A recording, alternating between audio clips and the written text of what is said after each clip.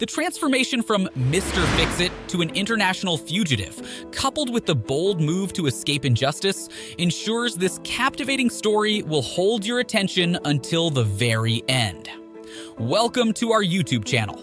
Today, we delve into the captivating tale of Carlos Ghosn, the man who fled in a box from the most heavily guarded facility. Before diving into the video, make sure to subscribe to our channel and hit the bell icon for the latest updates. Born on March 9, 1954, in Porto Velho, Brazil, Ghosn, the son of Lebanese immigrants, seamlessly switched between Lebanese and French cultures. His educational journey began at Collège Notre-Dame de Jamhour in Beirut. He was armed with 2 engineering degrees and was fluent in 5 languages. From his first marriage with Rita Kordahi, he became a father to 4 children before their divorce in 2012. In 2016, a new chapter unfolded in his life with his second wife, Carole Ghosn. Carlos Ghosn's career started at Michelin and Sai in France, marking the genesis of his success in the automotive industry. Rising through the ranks, he became Michelin's efficient leader in South America, steering the struggling division to success. His adept strategic management and collaborative approach revitalized the region. This triumph catapulted him to the CEO position of Michelin's North American branch in 1988, eventually becoming chairman in 1990. Concluding his tenure at Michelin in 1996, Ghosn embarked on the challenging journey with Renault, a company on the brink of bankruptcy.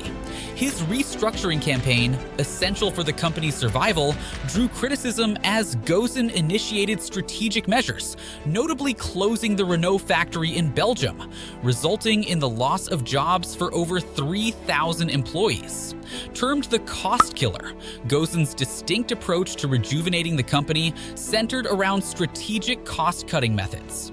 The company directors recognized Ghosn's leadership as the precise approach to economic reconstruction. Under his guidance, Renault emerged as one of the best-selling brands in Western Europe.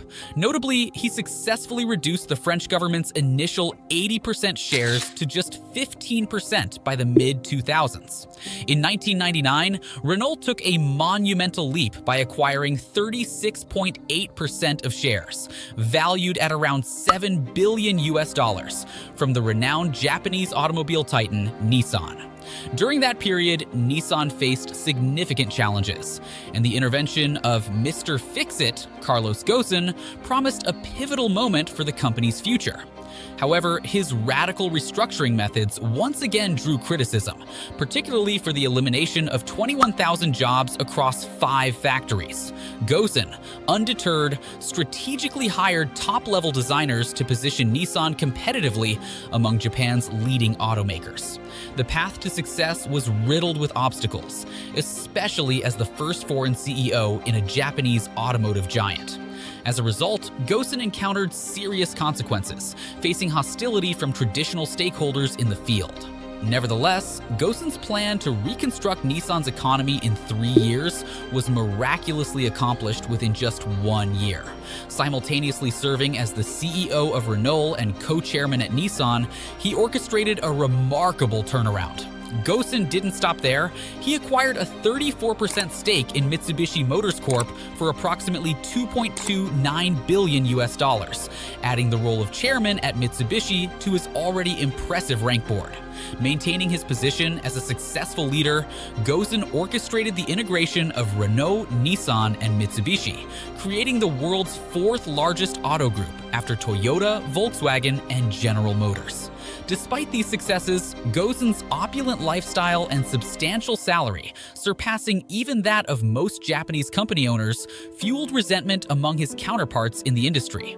His unparalleled achievements in various automotive titan companies brought not only wealth, but also a level of animosity from many Japanese company owners. On November 19, 2018, Ghosn returned to Tokyo after a trip to Lebanon on his private jet. Suddenly, officers and security guards arrested him without specifying the exact wrongdoing. Held for questioning, he faced accusations of false accounting. The lack of clarity surrounding his arrest marked the beginning of a turbulent legal saga. Then, he endured 108 days in detention, released on a $9 million bail in March 2019. Subsequently subsequently rearrested, he was granted release again on a $4.5 million bail, but subjected to strict house arrest.